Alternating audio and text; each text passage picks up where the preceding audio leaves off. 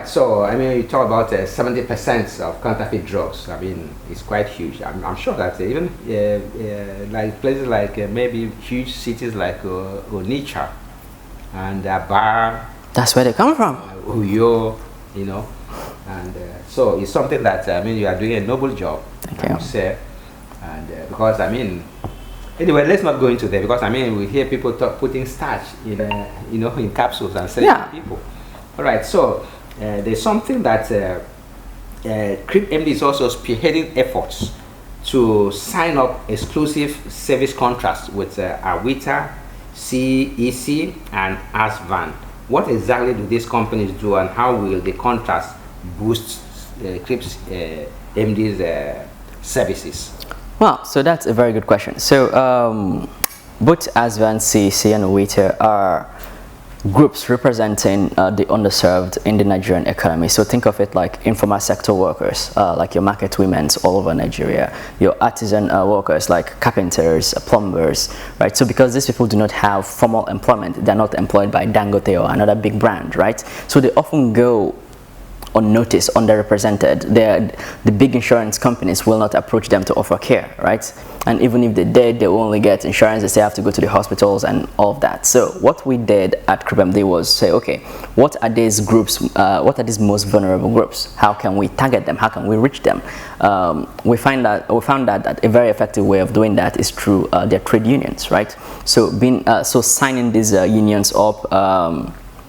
Making sure we educate them, we give them everything they need to take care of their customers and onboard them, you know, through exclusive agreements, and then, you know, they pay nominal monthly subscriptions, right? And for the lifetime of the contract, we take care of their members. In terms of how it helps CribMD, it helps us in two ways. One, it provides, like from the data we get, we're able to fine-tune our system, our AI and ML technologies to better be able to, you know, get better in terms of offering predictive insights to our customers before an healthcare emergency happens for them, right? Thereby reducing costs and also reducing distress for our customers. We're able to do automatic, you know, cancer detections, and among other things, our technology is able to do through our work with Google, right? So that's how it benefits us. Also, it's a huge, significant revenue boost for us, right? So, yeah, from the subscriptions. All right, so I mean, because it's really, they say less than 3% of Nigerians have access to health insurance. I mean, even access to insurance. Correct. Generally, not even talk about health insurance, less than 3%. So, and they're not looking at even really the informal sector. Correct. The artisans. These are like overlooked entirely. Yes, they are not, they don't have access. So this is I believe that is a brilliant idea. And so let's move ahead. And you're also the founder or co-founder of Indigenex. Correct. It's a construction company. Yes. And you are pioneering what you call green construction. Green construction and things like that, building sustainable businesses and cities. Can you shed a little light on green construction?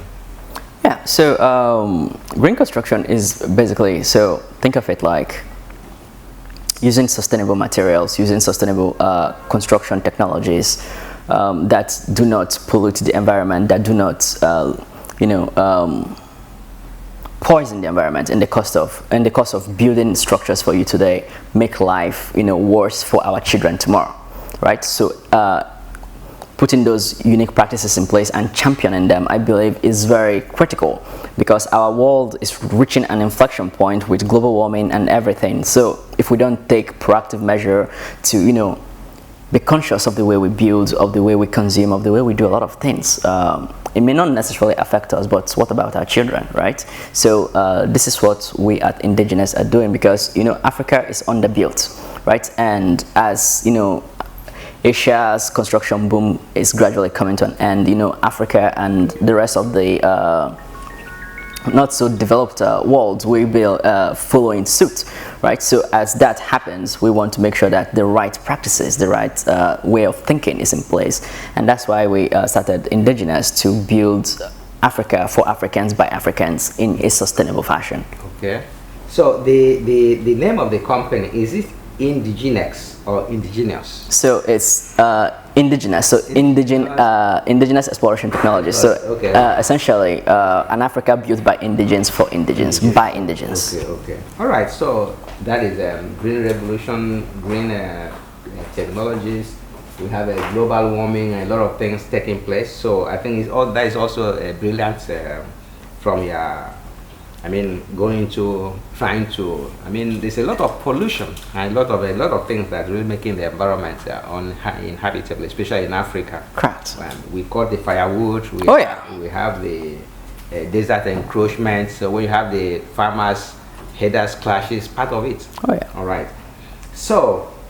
Let's move on. Let's move ahead. You are also into oil and gas. This is correct. You providing services for major oil and gas corporations like Sterling Global Oil Company. Can you elaborate on the services your company provides to the oil and gas sector? So things like spillage cleaning, we do pipeline supply. We do also pipeline cleaning and servicing, right? So we also supply the pipeline they need for constructing their service channels and everything else they do. We also help them develop new oil fields, right? Like in the south, where we're helping Sterling with their work on developing a new oil block, right? So we do basically maintenance, construction, and equipment supply for these oil companies. Oil companies, okay. So you're just not a small company, because I mean this Sterling is quite a huge company. Oh yeah, they're multi into the, I mean what you call the OMLs. Correct. So oil mining leases. So they have a few oil mining blocks in the country. Blocks, okay. Yeah. So it's not I mean it's not for anybody cannot just dabble into it. It's a huge business. It is. Yeah. All right. We're lucky to have them as a customer, and they're very happy with our services, and we're very happy with their performance. So when did you start this oil business? Did it come before the CribMD, or which came first? So we've been in supply and construction line of business for quite a number of years. So it came first, definitely. CribMD. Yes. Okay. So maybe it's the profit they are making from this. You see the set up CribMD. Yeah. Right. Yes. What is your business philosophy, and how do you select areas of business to go into? So really there are two questions there: business philosophy, and which areas, how do you select areas to go into? Right. So business philosophy, build things that users want. Build things that users want. Yes. Okay. So I thought its first is to make a lot of profits. I think if you follow the right principles, the profit will come. Yes, the end goal of all businesses is to make profit. There's no denying that. It's not like we're going to sit here and lie to your viewers that profit is not important, okay. Right? So it is a business. Yes, the end goal is to make profit, right? But before profit, right, you have to. How are you helping your customers? How are you helping those that you serve? Are you building something they truly want? Is your product impacting their life? I think that is the first principle. Like that is the basic thing you have to think about. If I am starting, I say I want to start a business that just cuts down firewood in the forest. I'm pretty sure you can see somebody that way buy the firewood from you, but does that really help anybody, right? So I think knowing that you're solving a major problem in a sustainable way, I think is the first thing we start with, right? What the users want, and that we're building a product that will delight our customers and our users. So from that, you can say, okay, what are the most maybe profitable areas to go into? What do the unit economics look like? How do you penetrate the market? Is it going to be like a small business, or is it going to be like a startup, like a mega growing fast enterprise? Right, so then getting those things first, then that determines what you call feasibility study. That determines what you go into. Obviously, having a good expertise in that area doesn't help. Doesn't hurt. Yeah. Right, it helps a lot. Okay. Right. Okay. So it's important for us going into business. You must really do a kind of feasibility. Confirm that there's customer needs for it. I mean, there's there are people panting to get what you are producing. I mean, there's like you said, if you give a very, very thirsty man a glass of water. Agreed. Or think of it like somebody's head is literally on fire, and you say, "Oh, do you want water to put that out?" They say, "Yes, please." Right? That's the kind of business you want to start. Okay. So for our viewers out there, because I mean, there's a lot of unemployment in Nigeria. So having ideas, learning from those that have seen it, done it, I believe is a good way to start. So talk about business philosophy, and you appear to be very customer centric. Correct. I mean, who are your role models in this area? Beyond any other role model when it comes to business, mine is Warren Buffett. Warren Buffett. Yes. So I believe more than any other thing he gets credit for.